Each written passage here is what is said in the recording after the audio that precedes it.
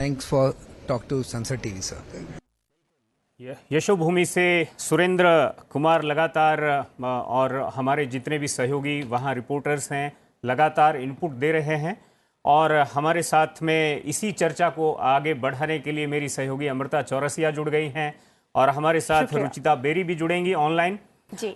इस चर्चा को हम आगे बढ़ा रहे थे और चर्चा यहाँ पर थी स्वास्थ्य की हम जो हैं अगर राजनीतिक सशक्तिकरण है या आर्थिक सशक्तिकरण है केवल एक पक्ष से काम नहीं चलेगा। हमें पूरे के पूरे सभी आयाम को देखना होगा और सभी को मिलकर के सही करना होगा। लेकिन फिर भी इसमें अगर हम हायरार्की में लेकर चलें, एक क्रम उसको देने की कोशिश करें, तो क्या हम कुछ उसे दे सकते हैं कि भाई हमें पहले आर्थिक सुधार लाने होंगे या राजनीतिक सशक्तिकरण की तरफ पहले ध्यान देना होगा? कहाँ से शुरू की जाए? जी बिल्कुल, ऑफ कोर्स प्रायोरिटाइज करना तो ज़रूरी है क्योंकि ये बात तो मेरा ख्याल है इस पे everybody is on the same page that you can't treat women empowerment in silos नहीं हो सकते, so that has to be an intersectionality, but having said that prioritisation is important, वरना क्या होती है बात खो जाती है। अगर आप प्रायोरिटीज़ की बात करें तो definitely I think economic empowerment is की, हेल्थ इसकी, जिसे वर्ल्ड इकोनॉमिक फोरम कहता है कि इसको 250 साल लगेंगे लेकिन इकोनॉमिक जो एम्पावरमेंट है वो की है, क्योंकि जब वो महिला अपने फैसले खुद तभी ले सकती है जब उसके पास एक मिनिमम आर्थिक स्वतंत्रता हो, और एजुकेशन। तो मेरे हिसाब से एजुकेशन, हेल्थ और ये इकोनॉमिक एम्पावरमेंट ये प्रायोरिटी होनी चाहिए। और हेल्थ पे तो हमने देखा ही कि prime minister the current dispensation has worked very deeply on these matters, और जहाँ तक कि आप ये उज्ज्वला की बात करते हैं, सुकन्या जनधन की बात करते हैं, तो ये सब कहीं ना कहीं जो बच्चियां हैं हमारे समाज की उनको केंद्र में रख के ये रखा गया है। So I think these things are important. तो गवर्नमेंट इस बात से अवेयर है कि प्रायोरिटाइजेशन के बगैर हम उस मॉडल को नहीं पूरी तरह कार्यान्वित कर सकते जो हमारे सबके मन में है। बिल्कुल। और हमारे साथ ऑनलाइन रुचिका बेरी भी जुड़े हुए हैं, सीनियर रिसर्च फेलो एसोसिएट हैं। रुचिका जी, जिस तरीके से आज हम देख रहे हैं जो टॉपिक्स इस बार P20 में लिए गए हैं बहुत ही इम्पॉर्टेंट हैं। अगर दुनिया जिन विषयों पर चिंतन और मंथन कर रही है और भारत में का जिस तरीके से रोल रहा है, चाहे अब बात वुमेन डेवलपमेंट की नहीं, वुमेन लेड डेवलपमेंट की बात हो रही है, क्लाइमेट चेंज को लेकर भारत का रवैया हमने देखा है कितना पॉजिटिव रहा है, और भारत कहीं ना कहीं दुनिया को एक राह दिखा रहा है, चाहे वो डिजिटल प्लेटफॉर्म की भी बात हो। भारत की इस परफॉर्मेंस को आप कैसे देख रही हैं और दुनिया इसको किस तरीके से ले रही है इन मंचों पर? नमस्कार। देखिए, हम इस समय एकत्रित हैं, डिस्कस कर रहे हैं P20 को, जो कि पार्लियामेंट्री स्पीकर्स का समिट चल रहा है G20 के अंदर। और मेरे विचार से ये एक पार्लियामेंट्री प्रैक्टिसेस का महाकुंभ है जो कि चल रहा है। और आप सही कह रही हैं कि काफी विषयों पर डिस्कशन हो रहा है। जो प्रायोरिटी एरियाज हैं, वुमेन लेड डेवलपमेंट जो है वो सबसे आगे है। भारत जो है वो बहुत ही इस चीज में कारगर रहा है, दिशा दिखाने के लिए कि कैसे जो है हमारे ना सिर्फ हमारे देश की बट पूरे संसार की जो औरतें हैं उनका विकास हो और वो उसमें लीडरशिप रोल लें। ये हमारे देश का जो है मैसेज रहा है वर्ल्ड को थ्रू G20। इस बात पे मैं एक आपको पुरानी जो स्वामी विवेकानंद ने कुछ कहा था वो मैं बताना चाहती हूँ। उन्होंने कहा था कि there is no chance of welfare in the world unless the condition of woman is improved, because it is not possible to for a bird to fly without a wing। मतलब कहने की ये तात्पर्य ये है कि हमारे संसार में जितनी भी पॉपुलेशन है उसका आधा हिस्सा तो औरतें ही हैं। तो अगर उस आधे हिस्से का ख्याल नहीं रखा गया, उसको आगे बढ़ावा नहीं दिया गया, तो और उनको जो उनका पोटेंशियल है वो पूरा नहीं आगे आया, तो हम कैसे विकास कर सकते हैं? हम कहते हैं कि हम विकास कर रहे हैं। विकास तब तक ही पूरा होगा जब हम दोनों हिस्सों का इक्वल विकास करें। तो इसलिए जेंडर मेनस्ट्रीमिंग, जेंडर इक्वालिटी की जो बात है भारत ने कही है वो बहुत ही महत्वपूर्ण है। इसी तरह दूसरी बातें भी जो भारत कह रहा है, जैसे कि sustainable energy transition, green transition, वो भी बहुत इम्पोर्टेंट है, क्योंकि वर्ल्ड में जितने भी अभी तक हम लोग यूज कर रहे थे, जो तेल यूज कर रहे थे, उससे जो है हमारा पोल्यूशन बढ़ रहा है। तो अब जी हमें अगर अपने संसार को बचाना है इन सब प्रॉब्लम से, क्लाइमेट चेंज की प्रॉब्लम से बचाना है, तो हमें जो ईंधन यूज करना होगा वो ऐसा होगा जो कि सस्टेनेबल हो, जो कि हमारे पर्यावरण को बचा सके। उसके लिए जो है प्रधानमंत्री जी ने फिर से बीड़ा उठाया है कि जो है रिन्यूएबल एनर्जी की तरफ फोकस किया जाए। और आपने लीडर समिट में जैसे देखा, उसमें कहा गया था कि हम ट्रिपल कर देंगे वर्ल्ड ओवर अपनी रिन्यूएबल एनर्जी प्रोडक्शन। जी तो इसी तरह से इस P20 समिट में भी फोकस है टुवर्ड्स ग्रीन ट्रांजिशन, एंड जो ज्वाइंट स्टेटमेंट है उसमें भी इस बारे में बात की जा रही है। एक एक बात और है, हम आपके और भी आपकी और अगर एक बार फिर आएंगे रुचिता। मुझे आपकी इस चर्चा को अगर हम थोड़ा सा और आगे बढ़ाएं डॉक्टर नुपुर, तो अगर हम आर्थिक सशक्तिकरण की बात करते हैं तो उसमें लैग कहाँ आ रहा है? क्यों वर्ल्ड इकोनॉमिक फोरम कह रही है कि इसमें 257 साल लगेंगे? वो शायद ये है, ये हमें देखने के लिए मिलता है। आंकड़े बताते हैं कि पुरुषों को जो वेतन है वो महिलाओं के बजाय वो कुछ ज़्यादा मिलता है। अगर उसको औसत निकालें तो वो एक फिगर है, लेकिन सेक्टर वाइज अगर हम उसे अलग अलग निकालें तो वो फिर उसमें बहुत गैप है। आईटी में ही बताया गया है कि करीब 27% वेतन जो है वो महिलाओं को कम मिलता है, पुरुषों को ज़्यादा मिलता है। अगर कंपनी की डायरेक्टर्स की बात करें तो कुल मिलाकर 14% डायरेक्टर भी नहीं हैं कंपनियों में, मतलब वो लीड नहीं कर रही हैं इकोनॉमिक फ्रंट पर। मैं किसान परिवार से आता हूं और मैं जानता हूं, देखता हूं, हमारे यहाँ अगर फूलों की प्लगिंग हो रही है, वेजिटेबल की प्लगिंग हो रही है जिसमें लेबर लगती है, तो महिलाओं को उस काम के लिए 180 रुपया मिलता है। वहीं पुरुष वो गन्ने की बंधाई कर रहा है, कुछ खुदाई कर रहा है, वो अगर एक दिन काम कर रहा है तो वो 350 रुपये तक आराम से ले जाता है। ये बहुत बड़ा गैप है। और जबकि ऐसा नहीं है कि खेत से खरपतवार अगर नहीं निकलेगा तो खेत में कुछ होगा ही नहीं, परंतु उसकी इंपॉर्टेंस नहीं समझी जा रही है। आपने काफ़ी एक बड़ा जो मुद्दा या मसला, आप जिसे जो भी कहें, उठाया है। अभी के समय में 166 मिलियन वुमेन हैं जो वर्क करती हैं या करना चाहती हैं या तैयार हैं लेबर मार्केट में आने के लिए। लेकिन आप अगर जेंडर गैप देखें तो बहुत ही बड़ा है in terms of economic gap जो है। इसमें आप देखिए कि जैसे आपने कहा कि वेज जो है अलग है। एमजी नरेगा की एग्जांपल ही आप देख लीजिए, उसमें काफ़ी अलग है और काफ़ी अलग बनाया भी जाता है, क्योंकि जो कम से कम उसमें तो अलग नहीं बनाया जाना चाहिए। नहीं, आप वही मैं आपको एग्जांपल दे रही हूँ कि क्यों ऐसा अलग हो जाता है। जैसे कि एक बहुत भी बड़ा प्रिंसिपल है और अभी जो प्रोफेसर क्लाउडिया के भी फाइंडिंग्स में वो आया है कि विमेन का जो वेज है वो डिमांड सप्लाई ड्रिवन चेंज जो होता है उससे नहीं गवर्न होता है, एक कुछ अलग फैक्टर से गवर्न होता है, जो कि मे बी एक एजेंसी करती है या ट्रेडर करता, जो भी है उसके तहत वो किया जाता है। जैसे एक सर्वे मैंने किया था एमजी नरेगा का कुछ सालों पहले, उसमें हमने देखा कि केरला में 96% वुमेन जो हैं वो एमजी नरेगा की तरफ मतलब उनकी रुचि आ रही है या वो जा रही हैं, इन्वॉल्व हो रही हैं। वहीं उत्तर प्रदेश में देखा कि 11.6% है। तो हमें लगा कि शायद ये अनस्किल्ड लेबर है, लेकिन इकोनॉमी की तो ज़रूरत सभी को है, लेकिन कंजर्वेटिव सोसाइटी है तो इसके वजह से। तो ये जो आंकड़ा बहुत ही एक किसी भी आप उसको कहिए स्कॉलर के लिए अट्रैक्टिव होता है कि ऐसा क्यों है।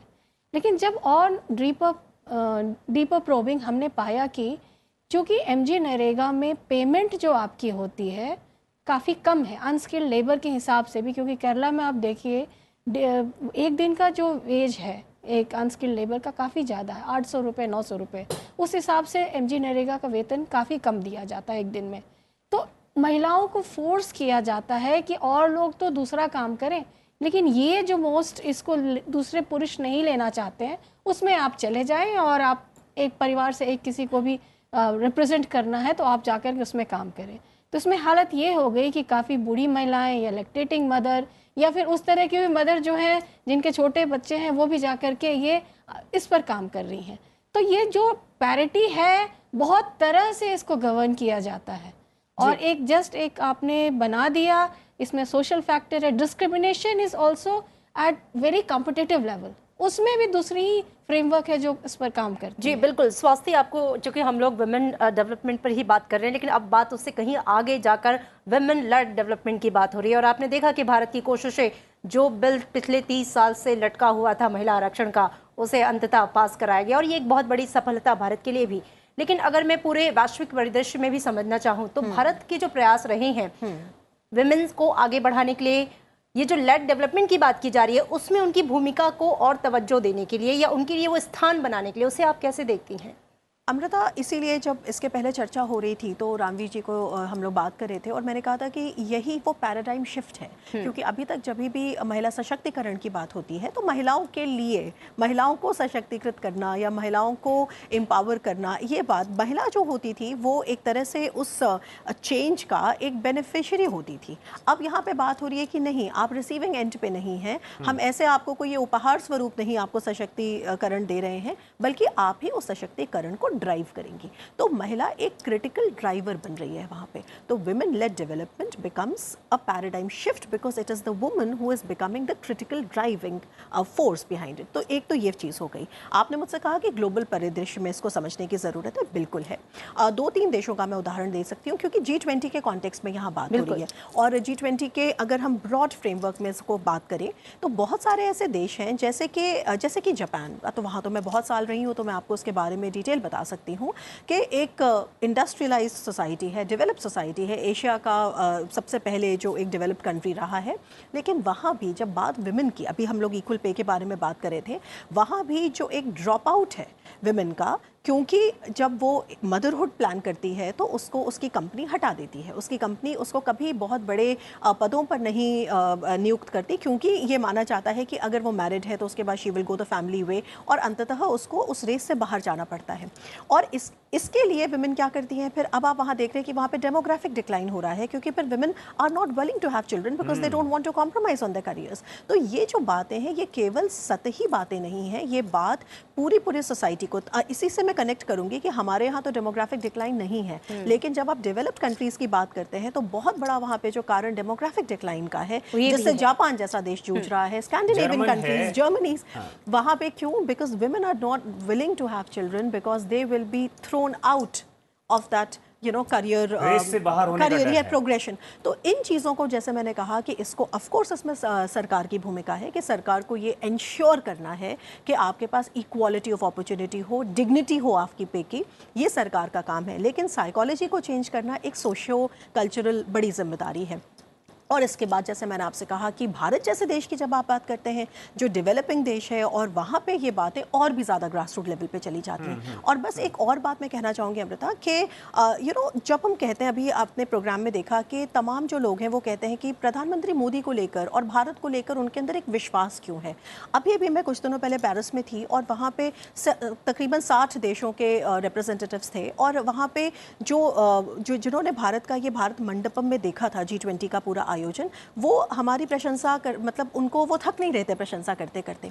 तो इसके पीछे भी ना एक कारण है, इसके पीछे जो मैंने समझा है इसको, वो कारण ये है कि देखिए we have pulled off a very successful G20 presidency, yes, लेकिन वो भरोसा क्यों आता है? क्योंकि देखिए ये जो जितने डेवलपिंग कंट्रीज हैं, जो अफ्रीकन यूनियन के 54 देश हैं जो अब रिप्रेजेंटेटिव हैं अब G20 में, ये सारी सोसाइटीज़ भारत को एक क्रेडिबल रिप्रेजेंटेटिव के रूप में पाती हैं। क्योंकि भारत जब बात करता है तो भारत एक किसी अपर पेडेस्टल से बात नहीं कर रहा है, भारत एग्जैक्टली उन्हीं प्रॉब्लम से जूझ रहा है जिन प्रॉब्लम्स के खिलाफ वो खड़ा है, और इस वजह से आइडेंटिफिकेशन ग्लोबल साउथ के कंट्रीज का हमारे साथ बहुत है। इसमें एक बात और है जो मुझे लग रही है, जो आपने कहा कि रेस से पिछड़ जाने का डर होता है कई बार। ऐसे में हम यहाँ देखते हैं कि सरकारी सेक्टर में वो समस्या नहीं है, सरकार जो है उसके नियम कायदे कानून है, और वो उस चीज़ को बिल्कुल तिल भर भी फील नहीं करते हैं कि ठीक है उसने छुट्टी ली है, क्या हुआ है, मदरहुड है।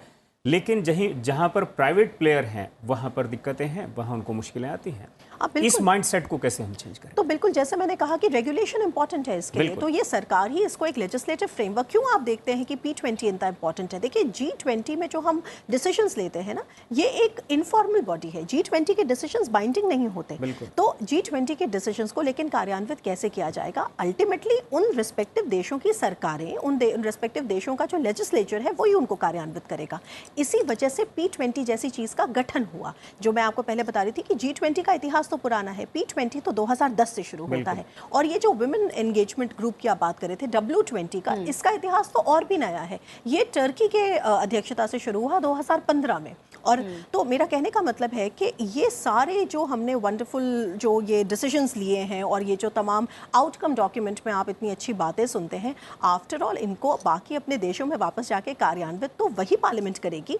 इसी वजह से यहाँ पे P20 का जो आयोजन है इतना इंपॉर्टेंट है, ताकि ये कंटिन्यूटी बनी रहे। जो विमेन लेड जो एंगेजमेंट ग्रुप्स में जो उन्होंने फीडबैक दिया है, उस फीडबैक को हम आगे तक कैसे पहुँचाएंगे, इसके क्रम में निरंतरता बनी बिल्कुल रहे। बिल्कुल। और रुचिका बेरी हमारे साथ जुड़ी हुई हैं ऑनलाइन। आपकी ही बातों को मैं रुचिका जी से पूछना चाहूँगी और विस्तार से।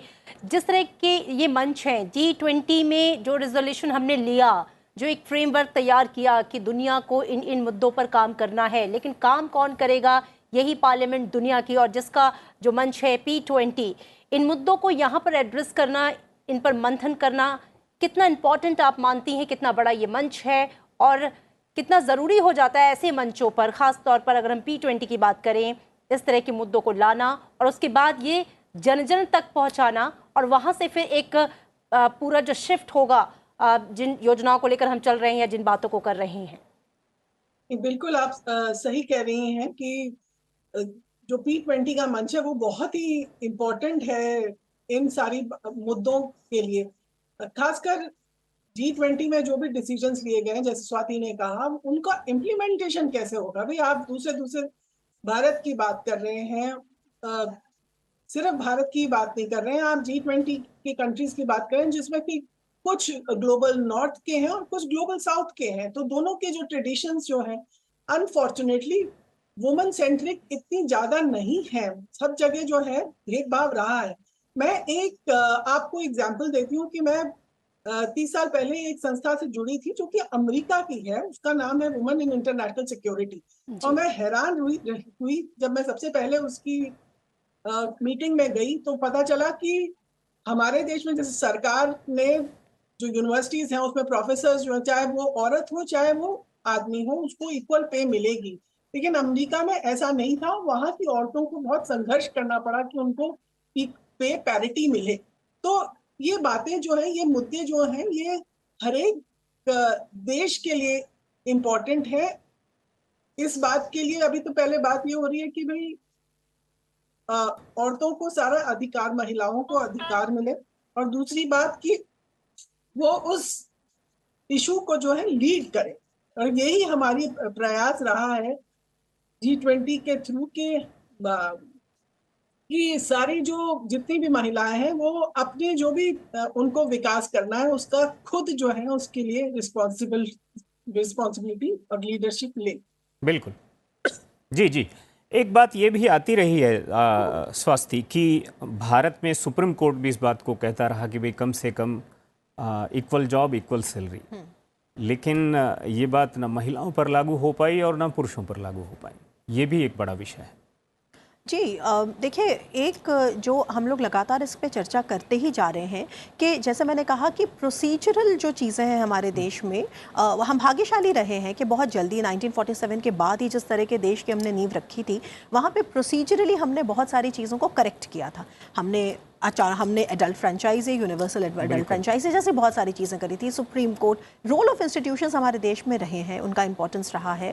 प्रोसीजरली हमने अच्छा किया है, लेकिन सब्सटैंटिव उसको बनाने की लड़ाई अभी बाकी है। और इसीलिए जब हम इन चीज़ों को देखते हैं, जब हम इसको एक वैश्विक पटल पर देखते हैं कि जब प्राइम मिनिस्टर मोदी जो इतने लोकप्रिय नेता हैं इस वक्त, और आप इस वक्त देखिए कि मैं तो बार बार कहती हूँ कि जब से यूक्रेन वॉर शुरू हुई है तब से इंडिया इज़ एक शाइनिंग ग्लोबल इंटरसेक्शनल मोमेंट अपना जी रहा है। उसके जो रिश्ते हैं वो ईस्ट से वेस्ट से, नॉर्थ से साउथ से इतने बढ़िया हैं जैसा कि पिछले बहुत सालों में, कई दशकों में नहीं रहा। तो जब हम वैश्विक पटल पर इन चीज़ों को ले आकर इसका डिस्कशन करते हैं तो इससे कहीं ना कहीं हम इस बात को रीइटरेट कर रहे हैं कि डेवलपमेंट का जो एजेंडा है वो यूनिडायमेंशनल या कुछ डायमेंशंस में नहीं है, वो एक 360 डिग्री अप्रोच उसको लेना ज़रूरी है, जहां पर हम ये equality of labour, equality, dignity of pay, equality of opportunity of employment etcetera etcetera. तो ऑफ कोर्स मैं ये नहीं कहूँगी कि बात जो है लड़ाई अभी उसके लिए बाकी है। सुप्रीम कोर्ट ने कहा है, आप बराबर मेरे ख्याल से जो वर्ल्ड इकोनॉमिक फोरम से उनकी रिपोर्ट्स को आप बार बार रेफ़र कर रहे हैं, हम लोग भी तमाम जो अपने कामों में देखते हैं। और इसीलिए जो मेक्सिको की अभी आप हमारे गेस्ट आई हुई थी, उन्होंने बड़े उन्होंने गर्व से कहा कि आप 33% की बात कर रहे हैं और हमारे यहाँ 50% है। तो डेफिनेटली ये देखिए, इस मंच को हमें लोहिया समझने की अप्रोच को उन्होंने लागू भी कर दिया, जिसकी जितनी हिस्सेदारी उसकी उतनी भागीदारी। जी बिल्कुल। तो ये एक कॉन्वर्सेशन है और इस कॉन्वर्सेशन का पर्पस ही ये है कि हम इन सारी चीज़ों के डेवलपमेंट के एजेंडा को शेप कैसे करते हैं। जी बिल्कुल। डॉक्टर नुपुर, अब चूँकि अब बात वुमेन की हो रही है, डेवलपमेंट की हो रही है, लेड डेवलपमेंट की हो रही है, भारत की जो कोशिशें रही हैं, हम देखें अगर पिछले 10 सालों की भी अगर बात कर लें, जो चेंज आप देखती हैं उसे आप कैसे देख रही हैं? मैं सिर्फ भारत की ही बात नहीं करूँगी। काफ़ी, चूँकि अभी कुछ समय पहले ही एक हिस्टोरिकल पर्सपेक्टिव आया जिसमें 100 साल पुराने आंकड़ों के साथ काफ़ी उसमें चीज़ें पाई गई, तत्व पाया गया। प्रोफेसर क्लाउडिया गोल्डिन की, उन्होंने कहा कि ये जो इनकी पार्टिसिपेशन है उसकी कर्व जो है वो यू शो करती है। इसका मतलब ये है कि एग्रीकल्चर फेज़ में वुमेन की इन्वॉल्वमेंट काफ़ी हाई थी, उसके बाद इंडस्ट्रियल फेज़ में नीचे आई, उसके बाद और नीचे आई, उसके बाद एजुकेशनल एक्सपेंशन हुआ, उसके बाद एक सोशल सर्विसेज आई जिसमें थोड़ी कर्व ऊपर गई, उसके बाद कॉन्ट्रासेप्टिव्स आया और उसके बाद अभी थोड़ा सा वो ऊपर जा रहा है, लेकिन वो ऊपर वहीं तक पहुँचा है जो एग्रीकल्चरल फेज़ में है। तो ये आपको डेवलप्ड अमेरिकन स्टेट की मैं बात कर रही हूँ। तो आप अगर ऐसे ये क्वेश्चन आप में से करेंगे तो बिल्कुल से मैं तो जवाब नहीं दे पाऊँगी, लेकिन अगर आंकड़ों को देखें और विमेन की एक coming in the public space की बात करें, पंचायत सिस्टम में इतना बड़ा नंबर है और इतनी बड़ी जो क्रिटिकल मास है, more than 1 billion elected representative. जब पार्लियामेंट में जब इसकी डिबेट होती थी तो लोग ये बोलते थे कि क्या ये 33% रिजर्वेशन, क्या इतनी महिलाएं आ पाएंगी, क्योंकि उनके लिए, महिलाओं के लिए एक पब्लिक स्फेयर होता है और एक इनसाइड स्फेयर होता है, तो वो शायद पब्लिक स्फेयर में नहीं जाती है। वो ये सोच रहे होते थे कि क्या इतनी नेता महिलाएं हैं बन देश में? सकती हैं। लेकिन अभी का आंकड़ा शो करता है कि जैसे कहा गया 50% विदेश में, हमारे यहाँ तो 54% वुमेन पंचायत सिस्टम में आ चुकी हैं। बिल्कुल बिल्कुल बिल्कुल। और दूसरी बात ये भी कही गई कि who will make the chapatis, मतलब घर में रोटी कौन बनाएगा। पहला उनका मसला यही था कि घर का काम, मतलब रोटी कौन बनाएगा, लेकिन आज उसको करते हुए भी डिसीजन मेकिंग में at the grass root level में, क्योंकि this is more fashionable to say कि महिलाएं बस एक नंबर है, पंचायत पति, ऐसी बात नहीं है। जितनी भी डेवलपमेंट प्लान्स हो रही हैं, आपके पास उस चीज़ों को जस्ट एक एनेक्डोट्स नहीं है, बहुत सारी चीज़ें बताई गई हैं। सोशल जो थिंकिंग प्रोसेस भी है, इंटरसेक्शनैलिटी में भी काफ़ी चेंजेस आई हैं। और इसमें आप जैसे देखिए, एक छोटी सी बात, अगर मीडिया में भी पहले प्रोजेक्ट किया जाता था वुमेन काम कर रही है, मैं जैसे कि एक एनसीईआरटी बुक में भी पहले दिखता था कि एक वुमेन है, वो खाना बना रही है, उसकी बच्ची उसको किचन में हेल्प कर रही है, लड़का है जो पार्क में अपने गार्डन में खेल रहा है, और आदमी जो है वो पेपर पढ़ रहा है। So this kind of projection leads to certain different thinking process. बिल्कुल, बहुत बहुत शुक्रिया। को चुके जाना है मैम हमसे बातचीत करने के लिए, और काफ़ी समय तक हमारा साथ देने के लिए आपका बहुत शुक्रिया, और संसद टीवी पर आने के लिए। और चूँकि ऑनलाइन हमारे साथ रुचिका बेरी जी जुड़ी हुई हैं कुछ देर पहले। अगर रुचिका मैम आप हमारी आवाज़ सुन पा रही हैं? स्वाति जी, आपके पास हम लौटेंगे। जो बातें कर रही थी नुपुर जी, बहुत ही मुझे लगता है ग्रास रूट की बातें हैं, और जो चेंज है मुझे लगता है परिवार से शुरू होता है, घर परिवार से ही शुरू होता है। वो माइंडसेट वहीं से बनता है, उसके बाद वो पूरा फिर सोशल माइंडसेट बनता है। कितना ज़रूरी है कि वो इनिशियल लेवल पर ही उस माइंडसेट को बनाया जाए। आज हम बातें कर रहे हैं कि वुमेन्स को ये चीज़ें मिले, वो बराबरी घर से ही शुरू क्यों नहीं होती? ये चेंज कैसे आएगा? अमृता, ये एक ऐसी बात है कि पहले तो जैसे देखिए, एक ये बड़ा अच्छा लगता है ऐसे बातें करना। हम सब आई थिंक वर्किंग वुमेन हैं, वी आर मदर्स, हमारे बच्चे हैं, उनको हम समझाने के बहुत अच्छे पोजीशन में हैं। आई थिंक पहली चीज़ जो आपने कहा कि जो पहले भी हम बात कर रहे थे कि साइकोलॉजी को कैसे बदलना है, तो जो पेट्रियार्की है वो एक सिस्टम है, वो एक सोच है, तो इसको कैसे बदलना। आई थिंक जो पहली चीज़ हमें करनी है, अभी जो इसके पहले नुपुर बता रही थी, और कि who will make the chapatis etcetera, तो आई थिंक जो फोकस करने वाली बात है वो ये कि देखिए, कुकिंग एक लाइफ स्किल है। आपको लाइफ स्किल्स को जेंडर्ड नहीं करना चाहिए। यू शुड नॉट जेंडर, और you should not construct a gendered so to say reality for life skills. Driving is a life skill, cooking is a life skill, washing your clothes is a life skill. वहाँ तो हम प्रमाण भी देख सकते हैं। हाँ। सारे हलवाई देश भर में जितने भी हैं सब मेल हैं। सारे होटल्स में आप शेफ देखिए, बड़े बड़े, वो सब के सब मेल ही हैं, तो वो तो स्किल है। ये बात तो ठीक है जी। तो मेरे ख्याल से जो घर परिवार की जहाँ तक बात आती है, तो ये जो चीज़ है कि जो पुरुष है वो बाहर के रेल्म को देखेगा और जो वुमन है वो डोमेस्टिक रेल्म को देखेगी। और ये सिर्फ हमारे देश की प्रॉब्लम नहीं है, मैं आपको इसके पहले और देशों का भी। The theme of this session, transformation in people's lives through public digital platforms, will give us an opportunity to explore possible areas of consensus and convergence in firming up the role of parliamentarians to digitally transform the lives of people in the coming decades. The futuristic digital innovation will keep us on a fast track of development. Digital transformation in India has witnessed remarkable growth and impact. With the ambitious Digital India program at its core, the country has embraced digital technologies and digital public infrastructure to enhance governance, expand access to services, and promote inclusive development. Initiatives such as Aadhaar, the multi-purpose unique identity number UPI, known as Unified Payments Interface, DigiLocker, and the expansion of internet connectivity have revolutionized financial services, e-governance, and digital entrepreneurship, thereby promoting increased efficiency, transparency, and empowerment. Excellencies, you will be surprised to note that the volume of total digital payment transactions has increased from 20.71 billion, I repeat, in financial year 2017-18 to 134.62 billion in financial year 2022-23. The G20 New Delhi Leaders Declaration underlined the transformative and inclusive role of technology and the need to focus on digital public infrastructure. Now, in this session of the P20, we will reflect on the role of parliamentarians in strengthening the digital economy and supporting digital transformations at national and international levels. To initiate the discussion, keynote speakers will present their views. Each keynote speaker will address you to a duration of 7 minutes. Keynote speakers will deliver their speeches as per predetermined list.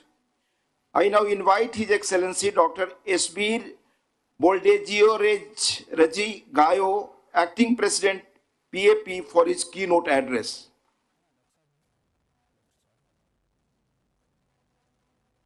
Your Excellency, Mr. Speaker, sir, all protocol observed here. तो आप देख रहे थे कि सीधी तस्वीरें। आज चूंकि दूसरा और अंतिम दिन है P20 समिट का, और जो 4 मुख्य विषय तय किए गए थे उसमें के 2 विषय जिन पर आज चर्चा होनी थी, उसमें दूसरा सेशन जो है वो शुरू हो चुका है, और उसका जो ओपनिंग रिमार्क था वो आपसे सुन रहे थे। लगातार संसद टीवी पर इस की महा कवरेज जारी है। पल पल का अपडेट हम यशोभूमि से आप तक पहुंचा रहे हैं, और हमारे साथ 2 खास मेहमान भी जुड़ चुके हैं। बिल्कुल, हमारे साथ JK त्रिपाठी साहब जुड़ गए हैं। आपका बहुत बहुत स्वागत है। आप फॉर्मर एम्बेसडर हैं। हमारे साथ डॉक्टर चारू मल्होत्रा जुड़ गई हैं। आपका बहुत बहुत स्वागत है। और हमारे साथ रजत कथुरिया साहब भी जुड़ेंगे ऑनलाइन। और इस चर्चा को हम बढ़ा रहे थे। कथुरिया साहब, आज जो सत्र चल रहा है वहाँ पर स्पेशली महिला सशक्तिकरण को लेकर, और उसमें बहुत सारी बातें हैं, लैंगिक समानता है, उसमें स्वास्थ्य को लेकर, शिक्षा को लेकर, राजनीति में महिलाओं की भूमिका को लेकर, आर्थिक मोर्चे पर महिलाओं की भूमिका को लेकर, ये सारी बातें इस सत्र में हैं। तो वुमेन कैसे लीड करे, अभी हम वहाँ मैक्सिको का एक एग्जाम्पल उन्होंने सेट किया। उन्होंने कहा कि हमारे यहाँ टोटल इतने रिप्रेजेंटेटिव हैं और हमने बिल्कुल आधा आधा कर दिया है। तो हमारे यहाँ जो लोहिया साहब कहा करते थे कि जिसकी जितनी हिस्सेदारी उसकी उतनी भागीदारी, वो रिजर्वेशन नहीं, उन्होंने उसको ऐसे समझा। तो लोहिया जी की जो ये कंसेप्ट था, ये सीधे मैक्सिको में हिट कर गया। क्या कहेंगे आप? तकरीबन 50 साल पहले तक समस्या ये थी कि हमारी आधी जनसंख्या को उच्च शिक्षा से, भागीदारी से वंचित रखा जा रहा था। हाँ। क्योंकि होता क्या था कि ये एक मानसिकता बढ़ गई थी कि महिलाओं का काम सिर्फ घर संभालना, बच्चों को संभालना और परिवार की देखभाल करना है, इसके अतिरिक्त कुछ वो नहीं कर सकती। यहाँ तक कि अगर जब महिलाएं पढ़ भी लेती थी तो भी उनके साथ एक टैग लगा रहता था कि पढ़ाई के साथ साथ आपको घर भी संभालना है। कभी भी ये नहीं कहा गया कि पुरुष को भी घर संभालना है। अगर महिला काम करती थी और पुरुष काम नहीं करता था, घर संभालता था, तो पुरुष को हे दृष्टि से देखा जाता था। ये बहुत ही बुरी बात थी, बहुत ही एकांगी। लड़के वाले कभी कभी तो आज भी कंडीशन रखते हैं, लड़की पढ़ी लिखी है लेकिन कहते हैं कि भाई हमारे यहाँ सब भगवान का दिया सब कुछ है, हम नौकरी तो नहीं कराएंगे। हाँ, तो ये सब चीज़ें जो थी, ये अभी भी ये मानसिकता धीरे धीरे कम हो रही है। लेकिन ये है कि महिलाओं की भागीदारी अब देखिए विभिन्न प्रकार की सेवाओं में, व्यवसाय में और ज़मीनी स्तर पर पॉलिटिक्स में, जैसे ग्राम पंचायतों में बढ़ी है। और अब जब हमने ये बिल पास कर दिया है कि महिलाओं की भागीदारी 33% होगी, जबकि मेरे ख्याल से 33% से ज़्यादा होना चाहिए, लेकिन शुरुआत के लिए, क्योंकि महिलाएं ऑलमोस्ट आधी हैं, 932, 940 टू 1000 है। तो अब यह है कि लेकिन ये शुरुआत हो गई है और ये एक वेलकम मेज़र है। तो अब उम्मीद ये की जाती है कि महिलाओं की भागीदारी बढ़ेगी। और इतना ही नहीं, महिलाओं के लिए सबसे बड़ी समस्या, मैं सिर्फ भारत के परिप्रेक्ष्य में बात नहीं कर रहा हूँ, दुनिया में महिलाओं की सबसे बड़ी समस्या एक तो उनके स्वास्थ्य की सुविधा दिलाने को ले। आप उदाहरण के तौर पे देख लीजिए, अफ़गानिस्तान में भी तालिबान शासन में महिलाएं पढ़ नहीं सकती, उच्च शिक्षा नहीं प्राप्त कर सकती। पड़ोस में ईरान ने भी कुछ इसी तरह के सैंक्शन लगा दिए हैं। उच्च शिक्षा नहीं प्राप्त कर सकती। अब अगर और महिलाएं किसी दूसरे पुरुष को देख नहीं सकती। अब अगर उनको कोई बीमारी होती है तो कहाँ जाएंगी?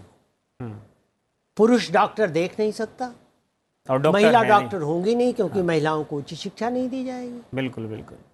मतलब ये जो विशेष सर्किल चल रहा है, इसका तोड़ना बहुत जरूरी। यही नहीं, मैं अफ्रीका में 6 साल रह चुका हूँ, अफ्रीका में भी यही स्थिति है कि भले ही सोसाइटी में महिलाओं को नाम भर के लिए किया जाता है, लेकिन और भारत में भी पानी लाना है, ईंधन लाना है, ये महिलाएं लाएंगी, पुरुष नहीं लाएंगे। पहाड़ी क्षेत्रों में देखिए या आदिवासी क्षेत्रों में देखिए, तो ये बहुत बड़ी विडंबना है कि सारे शारीरिक श्रम भी महिलाओं से कराए जाते, कहीं कहीं खेती भी, लेकिन उनको समानता का दर्जा नहीं दिया जाता। ये चीज़ जरूरी है और इसीलिए ज़रूरी है कि इस तरह के मंचों पर इस तरह की चीज़ें उठाई जा रही हैं, वुमेन लेड डेवलपमेंट की बात हो रही है, सरकार इस तरफ सोच रही है, बहुत ही पॉजिटिव स्टेप्स हैं और इन पर चर्चा मुझे लगता है लगातार होती रहनी चाहिए, क्योंकि बात होगी तभी कुछ बात बनेगी। प्रोफेसर चारू, आपसे समझना चाहेंगे, चूँकि आज आखिरी दिन है और जो 2 अहम सत्र हैं, एक तो वुमेन डेवलपमेंट की बात हो ही रही है और ग्रीन एनर्जी, जो ग्रीन फ्यूचर है उसके लिए भाई मंथन हो रहा है, जिसका सेशन अभी शुरू हुआ है। चूँकि भारत हमेशा से ही उसकी परंपरा ही रही है प्रकृति पूजन की, और हम प्रकृति के संरक्षण की बात करते हैं, उसके साथ साथ चलने की बात करते हैं। इस मंच से आपको क्या लगता है, जिस ग्रीन फ्यूचर की हम बात कर रहे हैं, क्या कुछ निकल कर आ सकता है? G20 में भी इससे लेकर जो रिजोल्यूशन लिया गया और तमाम जलवायु परिवर्तन पर जो भी मीटिंग्स बैठ के होती रही हैं, हम क्या उस दिशा की ओर जा रहे हैं जिसकी ज़रूरत है, क्योंकि we have only one planet और इसे हमें संभालना होगा? मैं आपके साथ बहुत सहमत हूँ और ये तीनों टॉपिक्स अगर आप ध्यान से देखिए जो आज चल रहे हैं और जो कल भी चले, विमेन की बात हुई, आपने ग्रीन की बात की, अभी हम लोग डिजिटल की बात सुन रहे थे, ये तीनों टॉपिक्स आपस में बहुत ब्यूटीफुली कन्वर्ज कर रहे हैं।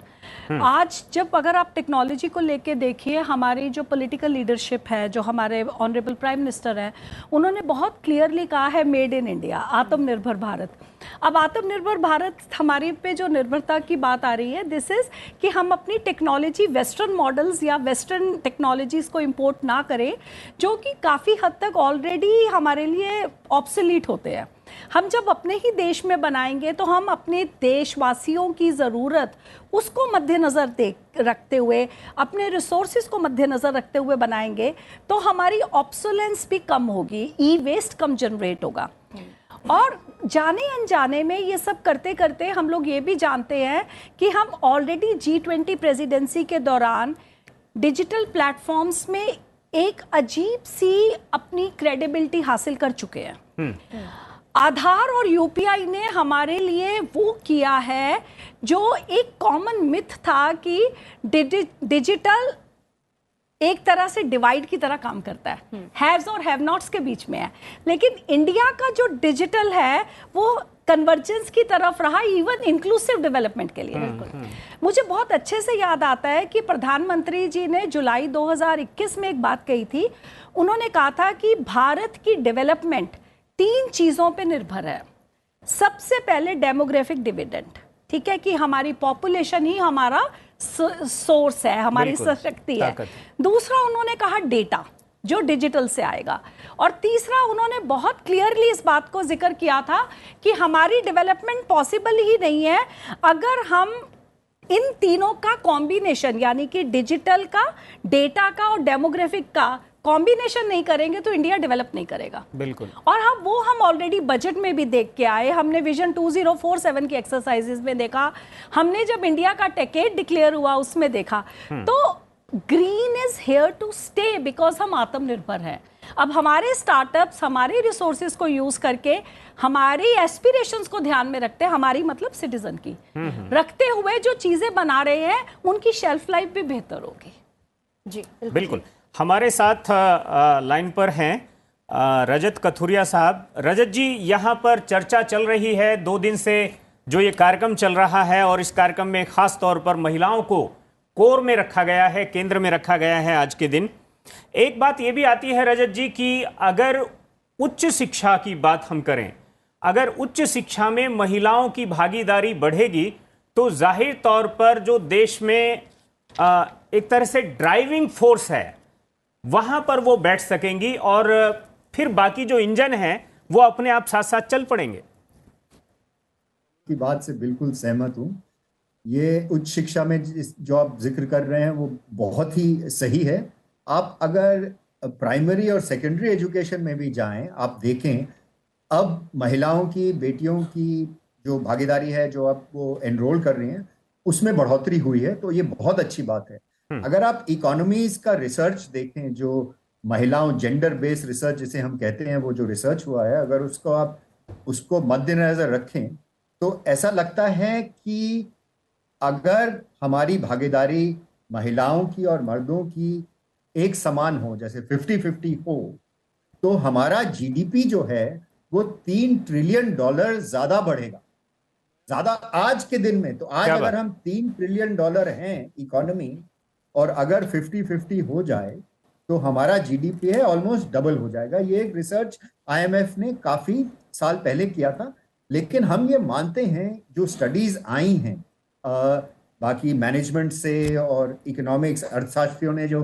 स्टडीज की हैं, जो रिसर्च किया है, उनमें ये भी देखा गया है अगर महिलाएं बोर्ड ऑफ डायरेक्टर्स में हो तो वो कंपनी जो है, वो फर्म जो है, वो ज्यादा अच्छा परफॉर्म करती है, उसके प्रॉफिट्स बढ़ते हैं, उनके डिसीजंस जो होते हैं वो ज्यादा अच्छे होते हैं। आपने देखा होगा डायरेक्ट लेकिन फिर भी ऐसा क्यों है कि करीब 14% कंपनियां ही ऐसी हैं जिनमें बोर्ड ऑफ डायरेक्टर में डायरेक्टर के जैसे पदों पर महिलाओं की संख्या 14% के आसपास ही है, उससे ज्यादा नहीं है।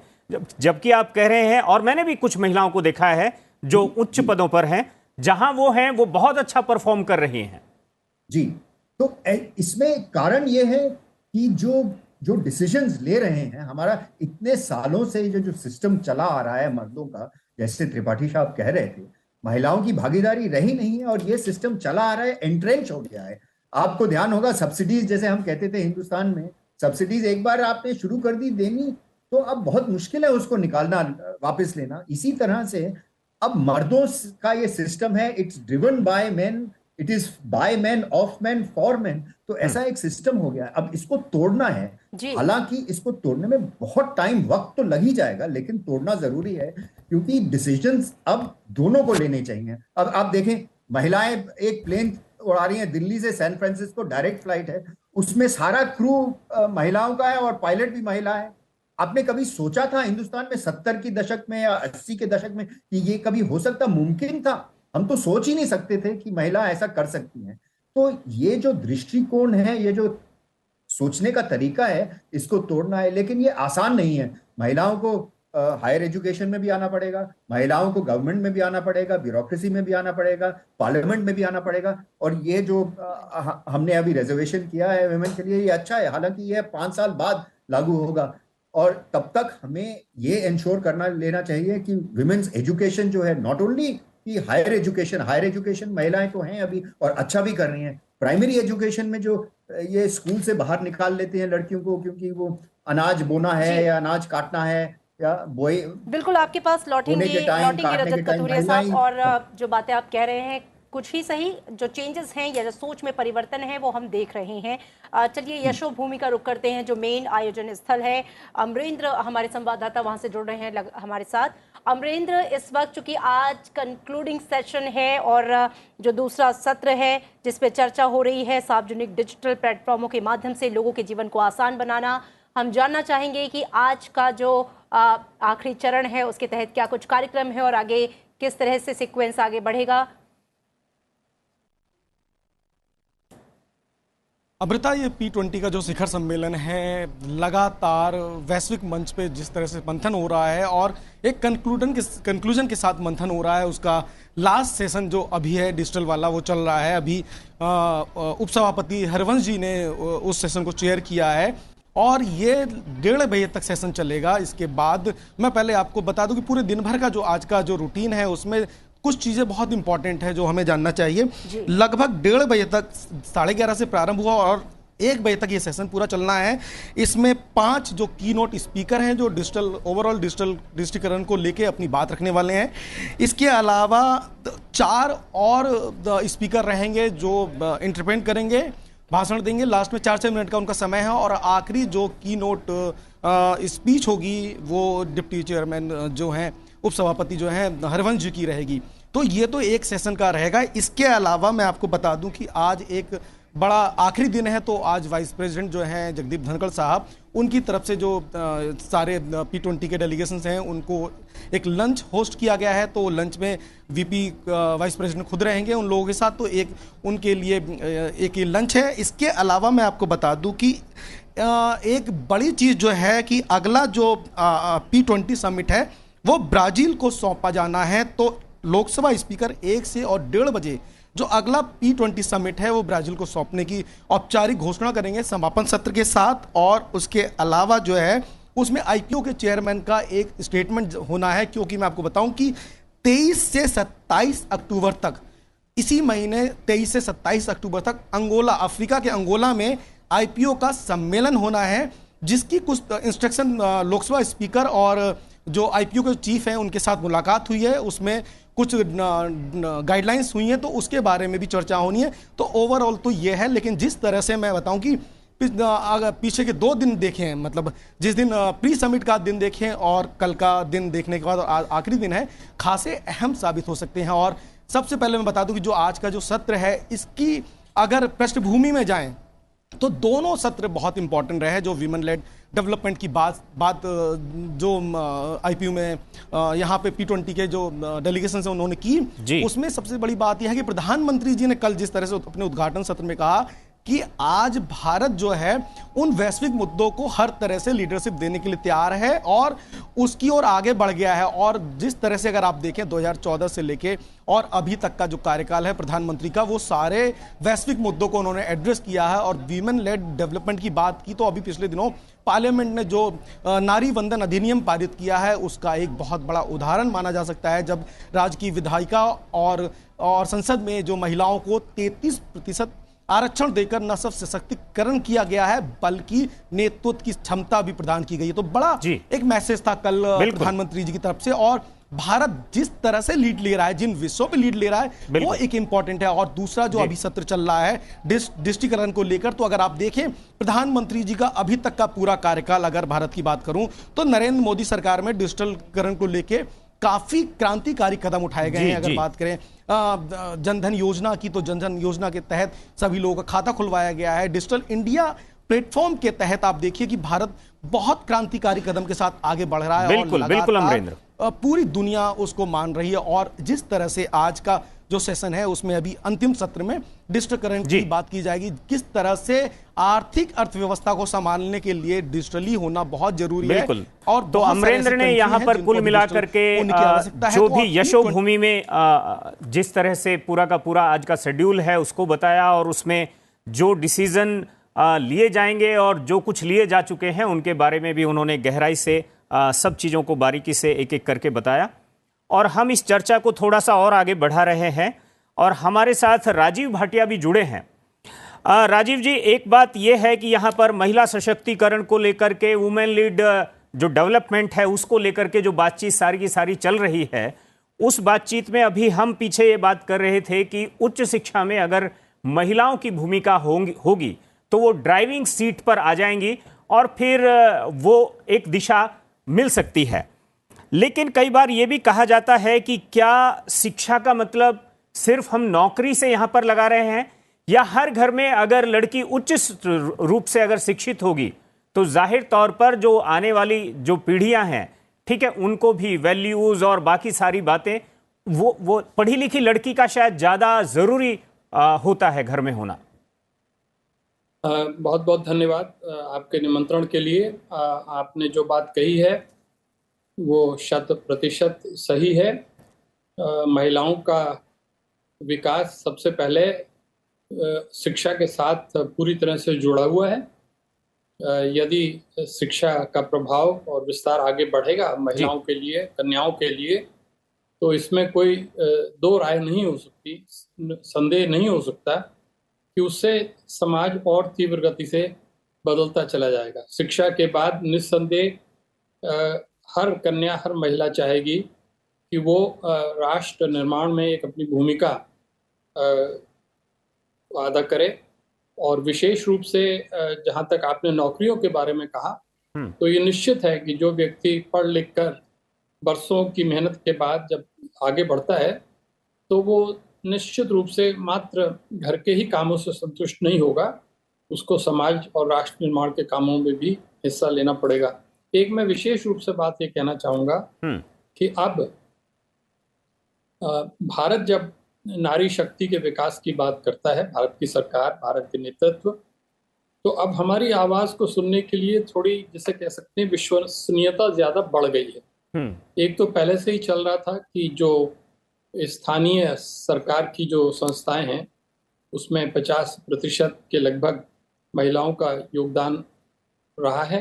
और अब ये जो हाल में नया कानून पास हुआ है जिसमें कि 33% महिलाओं के लिए रिजर्वेशन की बात कह दी गई है, भले ही इसमें इसके कार्यान्वित होने में अभी समय है, मगर ये एक राजनीतिक, जिसे कह सकते हैं, संदेश दे दिया गया है कि भारत किस दिशा में आगे बढ़ रहा है। बिल्कुल। और अब सिर्फ हमें यही करना होगा कि न केवल नौकरी के क्षेत्र में, न केवल राजनीतिक संस्थाओं के क्षेत्र में, बल्कि समाज के क्षेत्र में भी हमें हर तरह से महिलाओं की सुरक्षा और महिलाओं के विकास के लिए पूरी तरह से कटिबद्ध होना पड़ेगा।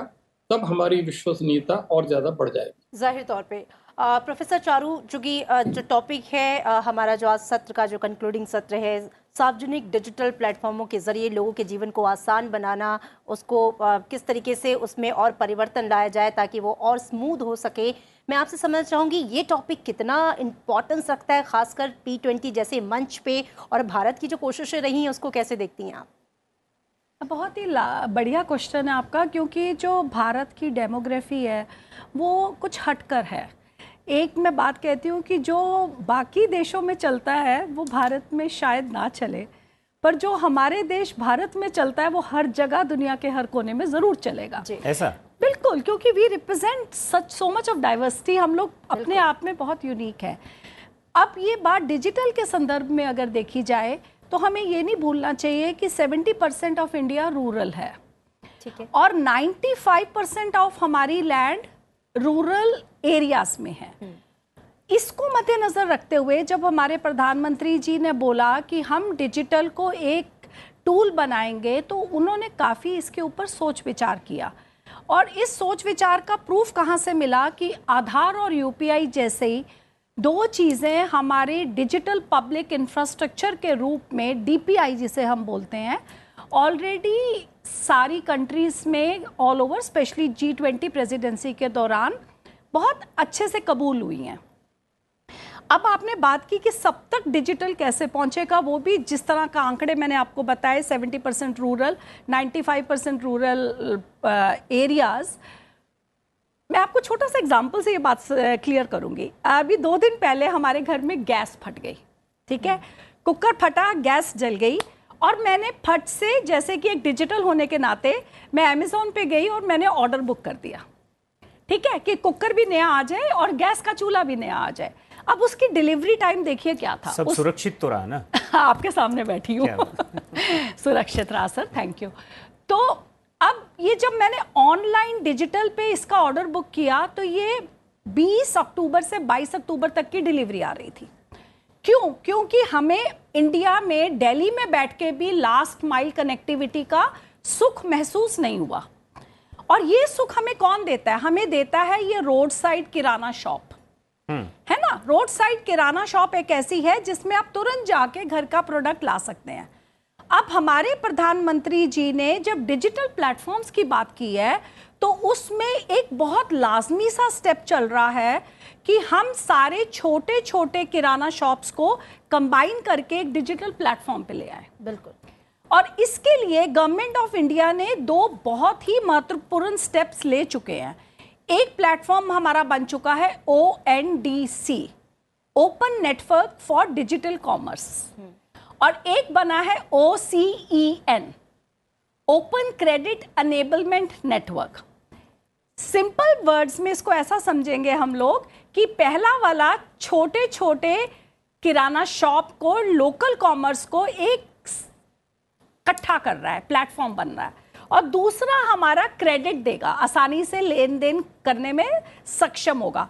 तो एक प्लेटफॉर्म दोनों तरह से 2 रिक्वायरमेंट्स को फुलफिल कर रहा है, सिटीजन की रिक्वायरमेंट को थ्रू ONDC और किराना शॉप की रिक्वायरमेंट को थ्रू क्रेडिट, कि मुझे अगर पैसे ज्यादा चाहिए तो मैं, वो संभव है, मेरे पास OCEN है। और जैसे ही हमारी ये दोनों टूल्स हाथ में आते हैं तो हमारा टोटल प्लेटफॉर्म, जिसे आप डिजिटल पब्लिक प्लेटफॉर्म कह रहे थे, बिल्कुल वो संभव है। बिल्कुल। हम आपके पास दोबारा फिर से आएंगे और सीधे यशोभूमि चलते हैं जहां हमारे सहयोगी सूरज हमारे साथ में हैं। सूरज, आज का दिन आप उसे कैसे देख रहे हैं? आज का दिन कितना खास रहा है यशोभूमि के लिए आपके नजरिए से? जी, अगर हम बात करें P20 समिट की तो आज विधिवत तौर पर प्री समिट का 3 दिन है, और अगर प्री समिट जो लाइफ जो जीवन शैली पर्यावरण की चर्चा को जोड़ दे तो तीसरा दिन है। और लोकतंत्र के लिहाज से कहें और संसदीय लोकतंत्र के लिहाज से तो काफ़ी महत्वपूर्ण ये सत्र यहाँ पर रहे हैं। और जिस तरह से चर्चाएँ यहाँ पर निकली हैं और भारत के द्वारा जो P20 के द्वारा जो हमारा प्रस्ताव था वो सर्वसम्मति से सभी देशों के पीठासीन अधिकारियों द्वारा स्वीकार हुआ है। ये अपने आप में एक जो है वो ऐतिहासिक पल है जब भारत की बात को सभी देशों के पीठासीन अधिकारी मान रहे थे। आपने देखा कल प्रधानमंत्री ने जब संबोधित किया था इस उद्घाटन सत्र को, और उन्होंने कहा था कि 140 करोड़ की आबादी वाले लोकतंत्र की जननी भारत में आप सभी का स्वागत है। और उन्होंने बताया किस तरह से लोकतंत्र भारत में प्रगाढ़ है। और उसके बाद विधिवत शुरुआत हुई, और जिस तरह से कल भी हमने देखा था सतत विकास लक्ष्यों पर रामवीर जी चर्चा हुई, और जो यूएन ने 17 लक्ष्य तय किए हैं मानव के विकास के लिए, जिसमें भुखमरी मिटाने की बात है, गरीबी मिटाने की बात है, खाद्य सुरक्षा की बात है, लैंगिक समानता की बात है, समावेशी विकास, पर्यावरण संरक्षण, इन सभी की बात है। तो कल सिलसिलेवार तरीके से जब उस पर पीठासीन अधिकारी सारे बोल रहे थे, उन्होंने भारत की प्रशंसा की, क्योंकि भारत ने जो नीतियां बनाई हैं सरकार ने, वो तकरीबन सतत विकास लक्ष्य को प्राप्त करने जैसी ही नीतियां बनाई हैं। आप अगर देखें तो 82 करोड़ लोगों को भारत में पिछले 3-4 सालों से फ्री में अनाज दिया जा रहा है ताकि खाद्य सुरक्षा को मुहैया किया जा सके।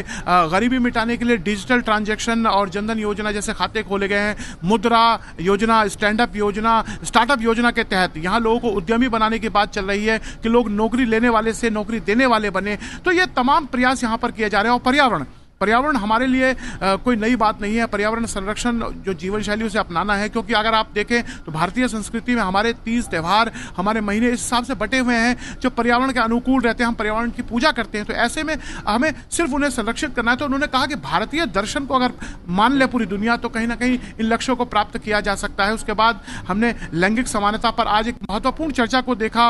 रामवीर जी जो सुबह के सत्र में हुआ है, भारत ने हाल ही में 33% आरक्षण अभी संसद में पारित किया है। जब विधानसभा और संसद में महिलाओं को आरक्षण मिलेगा और निर्णय लेने की जो ताकत है उन्हें दी जा रही है, ये अपने आप में पूरी दुनिया के लिए एक अलग उदाहरण रहा है। और भारत सरकार ने इसके अलावा तमाम योजनाएं महिलाओं के सशक्तिकरण के लिए बनाई है। आपने देखा कि उज्ज्वला योजना की शुरुआत की गई ताकि महिलाओं को धुएं और जो असुरक्षा का भाव था उससे आज़ादी मिले।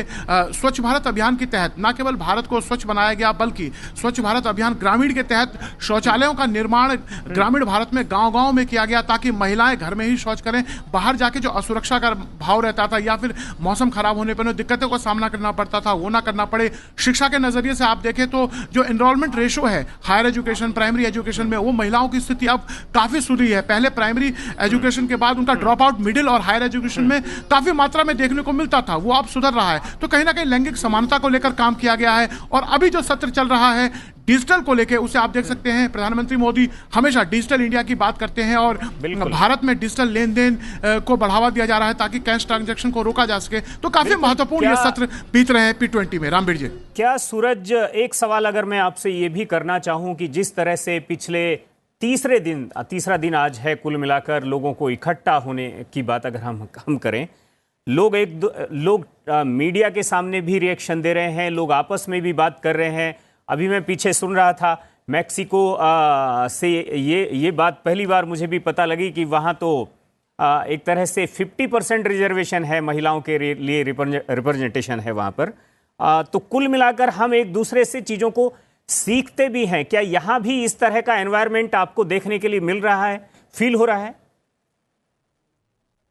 बिल्कुल, चर्चाओं को जब हम देख रहे हैं और खासतौर से जो समिट के अंदर चर्चाएं हो रही है, जो इन कैमरा हो रही है रामवीर जी, वहां भी इस बात को एक दूसरे की संस्कृतियों से, क्योंकि ये मंच जो P20 है G20 के संसदीय जो सम्मेलन है, यहाँ पे सभी के संसद के पीठासीन अधिकारी आए हुए हैं और अपने संसदीय शिष्टाचार जो जहाँ पर जिस के अनुकरणीय पहल है उन सभी को आत्मसात सभी कर रहे हैं। आपने जैसे बताया मैक्सिको में 50% आरक्षण है, हमारे देश में भी ये बात कल आज सुबह भी चर्चा में निकल के आई कि स्थानीय निकायों में हमारे यहाँ कई राज्यों में 50% आरक्षण महिलाओं के लिए पहले से दिया गया है। जब कहा जाता था कि सरपंच पति होगा, महिलाएं सही से काम नहीं कर पाएंगी, लेकिन अब धीरे धीरे महिलाओं का एक निर्णय लेने की जो जो शक्ति है वो दिख के सामने आ रही है। तो हम ये एक अच्छी चीज यहाँ पे देखने को मिल रही है P20 समिट में कि यहाँ सभी संसदों के जो प्रतिनिधिमंडल के लोग आए हैं वो एक दूसरे के संस्कृति, एक दूसरे के जो नवाचार हैं, संसदीय नवाचार, उनसे एक दूसरे को सीख ले रहे हैं और एक दूसरे को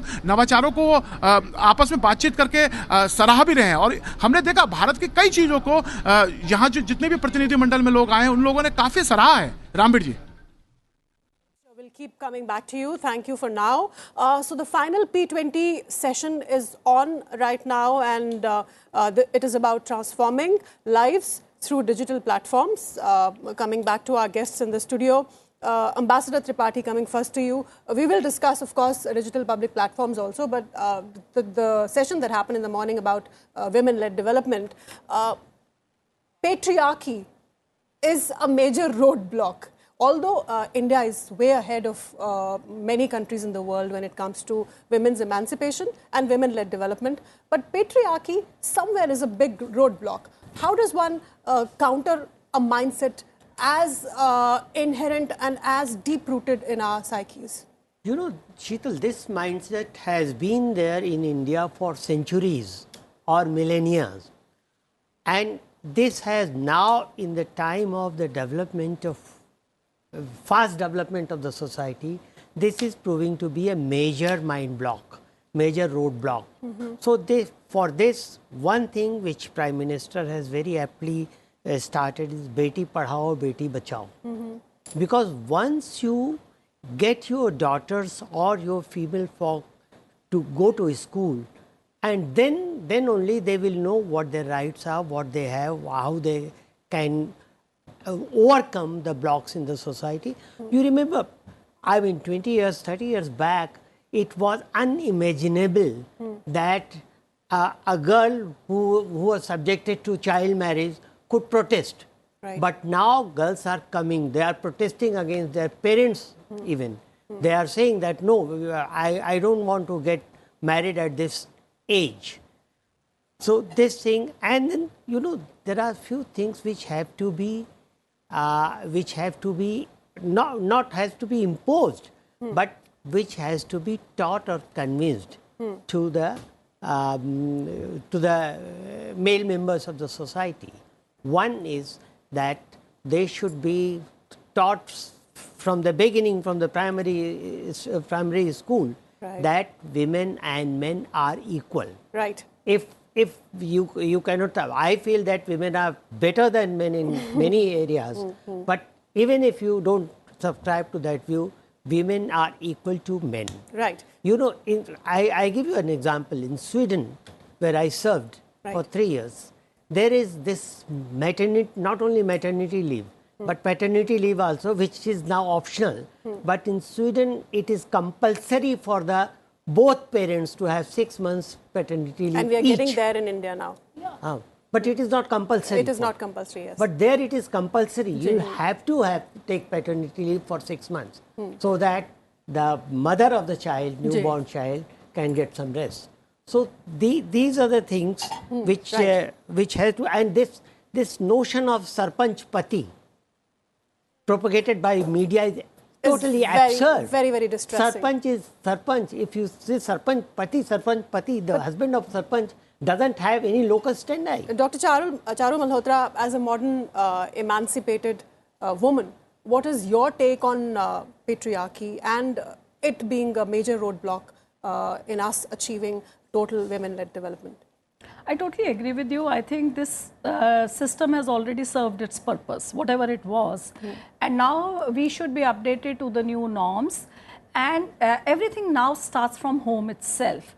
You know, the moment I decide pink for my daughter and blue for my son, I'm making a mistake. The day I give dolls to my son and I give Lego blocks to my boys is the time I have brought in that homogeneity where the respect and interest of the child is being looked into and not the gender in terms of its biological composition. Secondly, I think to a large extent, all the women need to be pushed more towards STEM education, which is science, technology, engineering and mathematics, because that is where the creativity which comes from the other side of the table would make it more inclusive and more innovative. More women we have in science spaces or innovation spaces means more innovations are responding to gender requirement. I would have a steering wheel which is probably made to the distance of what a woman wants in terms of her height and stature. I would have a mobile phone which is easier for a smaller palm top. I'll have a podium which will already provide for me because I have more gender scientists and innovators looking into it in terms of women requirements. Right. So I think everything starts from home. Right. Pranjali? Doctor Charu J K Tripathi और हमारे साथ और भी मेहमान जो हैं वो online जुड़े हुए हैं। अभी जो व्यूवर्स हमारे साथ में जुड़े हुए हैं, एक बार शीतल हम उनको एक बार फिर से ब्रीफ कर दें। बहुत ही इम्पॉर्टेंट, बहुत ही महत्वपूर्ण जो सेशन इस वक्त यशोभूमि में चल रहा है, ये तस्वीरें आप देख रहे हैं, ये कल की